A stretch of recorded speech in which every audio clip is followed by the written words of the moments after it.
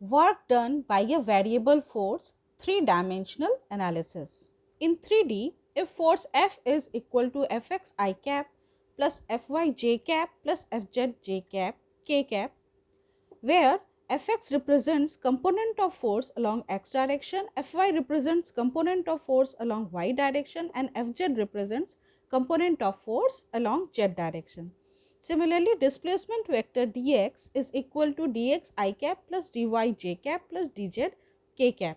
यहाँ पर dx is displacement along x direction, dy is displacement along y direction, and dz is displacement along z direction. Then work done will be equal to the dot product of force F and displacement vector ds. जब dot product निकालेंगे तो जो work done आएगा वो equal होगा F X D X plus F Y D Y plus F Z D Z के.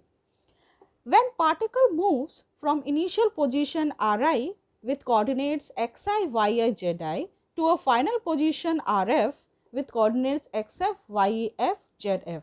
अगर particle move कर रहा है किसी इनिशियल पोजीशन Ri से to a final position Rf तक, तब अगर वर्क डन हम लोग को निकालना होगा, तब जो वर्क डन है वो इक्वल होगा D integration of Ri to within the limits Ri to Rf of dw.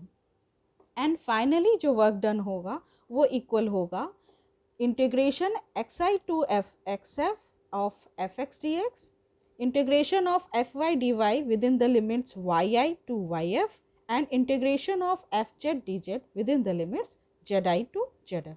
इस तरह से हम लोग वर्क डन निकाल सकते हैं for a variable force f. Thank you.